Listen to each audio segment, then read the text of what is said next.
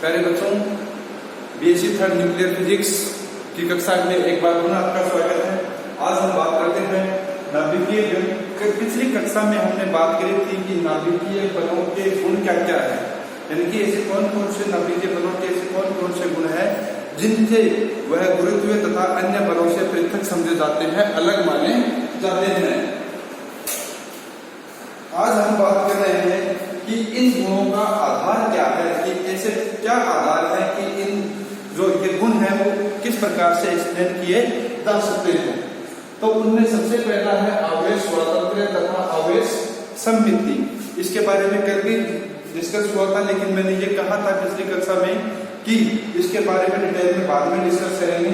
तो इसके बारे में डिस्कस करने के लिए मैं आपको एक एग्जांपल कोट करता हूँ यहाँ पर, जिसके द्वारा इस चीज को समझा जा सकता है। अगर हम एग्जांपल कंसीडर करें H3 और He3, तो H3 ऐसा है जिसमें एक प्रोटॉन है तथा दो न्यूट्रॉन है, और He3 ऐसा न्यूक्लियस होगा जिसमें दो प्रोटॉन होंगे और एक न्यूट्रॉन होगा।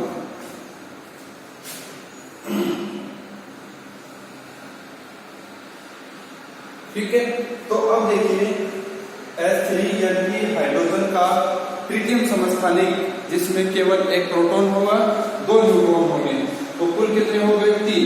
इसमें कितने हैं? दो प्रोटॉन और एक न्यूट्रॉन। इसमें भी कितने हैं? 3। तो इसमें भी 3 न्यूक्लियॉन हैं,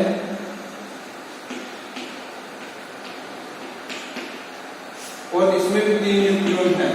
तो जाहिर सी बात है कि दोनों ही गैस में दोनों की बाइंडिंग एनर्जी यानी कि बंधन ऊर्जा क्या होनी चाहिए? समान होनी चाहिए, लेकिन समान होनी चाहिए, लेकिन नहीं है। क्यों नहीं है? क्योंकि यहाँ पर 3 गैस बन गए, यानी कि एक प्रोटॉन और 2 न्यूट्रॉन, और यहाँ पर 2 प्रोटॉन और 1 न्यूट्रॉन। तो दोनों की बाइंडिंग एनर्जी में थोड़ा सा अंतर आता है, और वह अंतर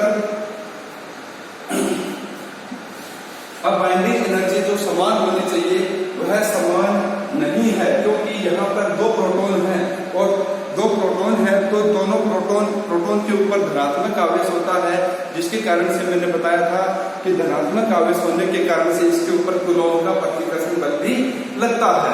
तो कूलॉम प्रतिकर्षण बल लगने के कारण इसकी बाइंडिंग एनर्जी ऑब्वियसली इससे कम होनी चाहिए।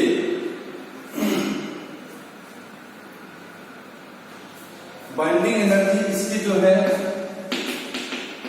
8.48 MeV, और इसके लिए जो हीलियम का समस्थानिक है इसके लिए 7.71 MeV होती है।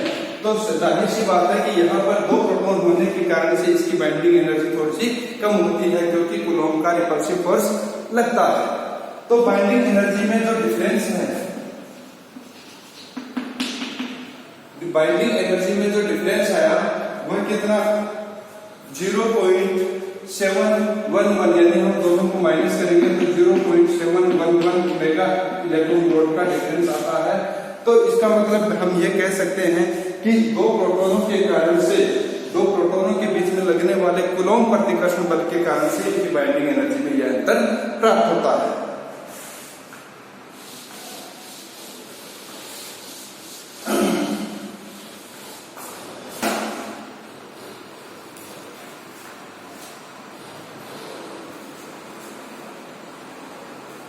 इसी प्रकार से Be10, B10 और C10 ये ऐसे हैं कि इनमें 10 न्यूक्लियॉन होते हैं।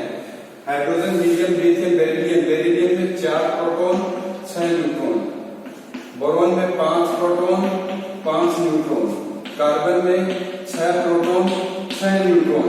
तो देखिए अब यहाँ पर इसमें प्रोटॉनों की संख्या कम है, तो इसमें इसकी बाइंडिंग एनर्जी ज्यादा होगी। इसमें 5 प्रोटॉन 5 न्यूट्रॉन है, बराबर है दोनों। इसमें 6 प्रोटॉन है, प्रोटॉनों की संख्या बढ़ने के साथ साथ में बाइंडिंग एनर्जी कम होती जाती है। तो हम यहाँ पर ये कह सकते हैं कि न्यूट्रॉन तथा प्रोटॉन के बीच में और न्यूट्रॉन प्रोटॉन के बीच में लगने वाला नाभिकीय बल जो है वह तो हमेशा क्या रहता है? समान रहता है, यानी कि आवेश स्वतंत्र व आवेश पर निर्भर नहीं करता है। आवेश सममिति यानी कि प्रोटॉन का आवेश कैसा है, धनात्मक आवेश, न्यूट्रॉन का कैसा है, चार्जलेस। तो दोनों के ऊपर समान न्यूक्लियर फोर्स लगता है, इसलिए दोनों की आवेश पर सममिति के कारण से दोनों का बल क्या हुआ, बराबर हुआ। नाभिकीय बल जो है वह दोनों पर बराबर होगा, नाभिकीय बल समान होगा।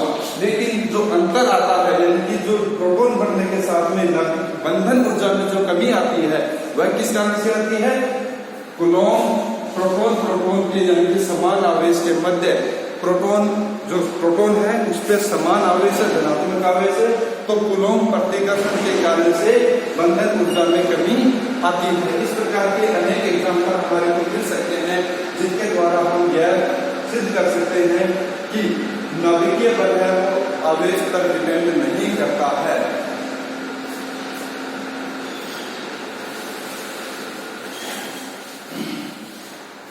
दूसरा जो पॉइंट है वह है संतृप्तता का गुण। संतृप्तता का गुण, संतृप्तता का गुण है इसका मतलब यह है कि सपोज ये नाभिक था और नाभिक में एक बार हम ये मॉडल बना रहे हैं तो इससे यह पता चल जाएगा कि नाभिक में न्यूक्लियन की संख्या कितनी होती है, एक। न्यूट्रॉन प्रोटॉन इक्वल टू हम कहते हैं द्रव्यमान संख्या, यानी कि ए से डिनोट किया जाता है। यानी कि यहाँ पर एक न्यूक्लियन के बारे में मैं डिस्कस करूं तो इसमें ये कितने बच गए पीछे, a-1, तो यहाँ पर a इंटू a-1/2 का फैक्टर होता है जो कि किसी भी न्यूक्लियन पर लगने वाले बल के फैक्टर को शो करेगा। लेकिन बाइंडिंग एनर्जी पर न्यूक्लियन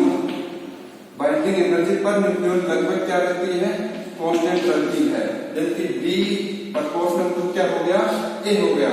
तो binding energy per nucleon constant रहती है और यहाँ पर हम कह रहे हैं कि प्रत्येक न्यूक्लियन पर उसके ऊपर लगने वाला फोर्स अन्य सभी न्यूक्लियनों के कारण से यदि लगता है तो a इंटू a-1/2 का फैक्टर प्राप्त होना चाहिए।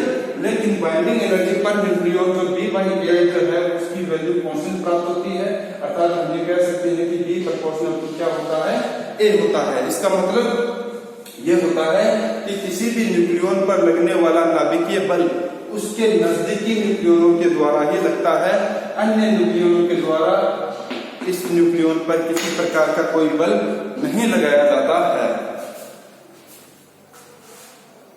तो ये जो B प्रोपोर्शनल टू A जो है यह नाभिकीय बलों की संतृप्तता को गुण को प्रदर्शित करता है।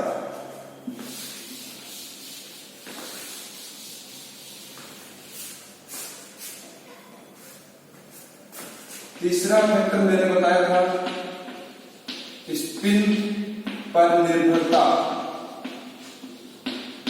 स्पिन पर निर्भरता के लिए कल मैं एक एग्जांपल कोट कर रहा था ड्यूट्रॉन का, कि ड्यूट्रॉन एक ऐसा नाभिक होता है जिसमें एक न्यूट्रॉन और एक प्रोटॉन होता है। इसको क्या कहते हैं, ड्यूट्रॉन कहते हैं। यानी कि इसमें एक प्रोटॉन होता है और एक न्यूट्रॉन होता है। अब इस ड्यूट्रॉन की दो अवस्थाएं पॉसिबल हो सकती हैं जिनमें प्रोटॉन और न्यूट्रॉन दोनों सेम स्पिन में हों और दोनों ही एंटी पैरेलल स्पिन में हों, यानी कि सेम स्पिन और यहां पर एंटी पैरेलल।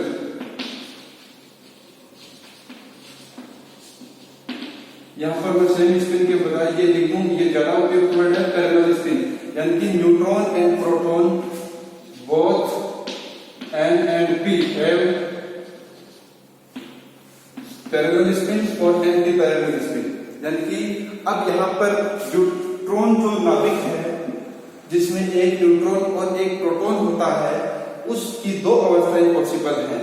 पैरेलल स्पिन यानी कि न्यूट्रॉन और प्रोटॉन दोनों की स्पिन पैरेलल है, और दूसरी अवस्था जिसमें एंटी पैरेलल स्पिन जिसमें न्यूट्रॉन और प्रोटॉन दोनों की जो स्पिन है वो इस प्रकार से है।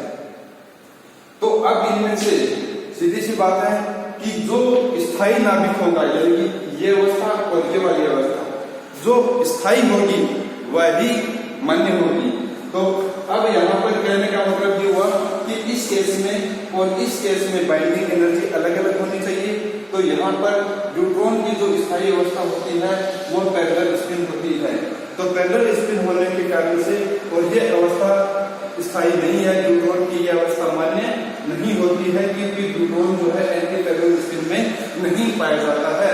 तो इसका कहने का मतलब ये हुआ कि इस अवस्था में नाभिकीय बल जो न्यूट्रॉन और प्रोटॉन के ऊपर लग रहा था वो दोनों को बांध के नहीं रख सकता। तो इसका मतलब ये हुआ कि नाभिक के अंदर न्यूक्लियन यानी कि न्यूट्रॉन और प्रोटॉन पर जो लगने वाला बल है दोनों पर वह उनकी स्पिन पर निर्भर करता है। अगर स्पिन पर निर्भर नहीं करता तो दोनों ही अवस्थाएं मान्य होनी चाहिए थी, लेकिन दोनों अवस्थाएं मान्य नहीं होती है।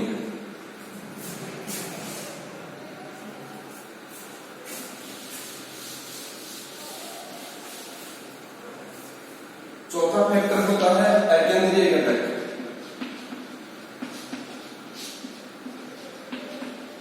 अकेंद्रीय घटक के बारे में मैंने बताया था कि नाभिकीय बल जो है उनमें कुछ पोर्शन अकेंद्रीय या टेंसर बलों का होना चाहिए। इसको समझाने के लिए हम मैग्नेटिक मोमेंट की सहायता लेते हैं। जो प्रोटॉन का न्यूक्लियर मैग्नेटिक मोमेंट होता है वो होता है 2.7981, न्यूट्रॉन का होता है -1.9131। और तो न्यूट्रॉन के बारे में मैंने बताया था कि एक न्यूट्रॉन प्लस एक प्रोटॉन इक्वल टू ड्यूट्रॉन ये होता है। तो ड्यूट्रॉन में इन दोनों का सम होना चाहिए ऑब्वियसली। तो हम कह सकते हैं mu D equal to mu T plus mu N. और यदि इन दोनों को जोड़ते हैं तो 0.87956 न्यूक्लियर मैग्नेट्रॉन प्राप्त होता है। न्यूक्लियर मैग्नेट्रॉन मैग्नेटिक मोमेंट की इकाई है, लेकिन वास्तव में रियल वैल्यू म्यू डी जो है उसकी रियल वैल्यू जो है 0.8574 न्यूक्लियर मैग्नेट्रॉन प्राप्त होती है। तो यह थोड़ा सा अंतर हुआ, यानी कि यहाँ पर एक्चुअल वैल्यू ये होनी चाहिए थी, लेकिन यह वैल्यू नहीं होकर वैल्यू क्या होती है 0.85741 होती है। इसका मतलब ये हुआ कि थोड़ा सा अंतर है, चाहे अंतर कितना भी अंतर नहीं आना चाहिए था। अंतर यदि है तो हम ये कह सकते हैं कि जो नाभिकीय बल है वह सेंट्रल फोर्स नहीं है, अकेंद्रीय यानी कि उसमें कुछ पोर्शन अकेंद्रीय बलों का भी होना चाहिए।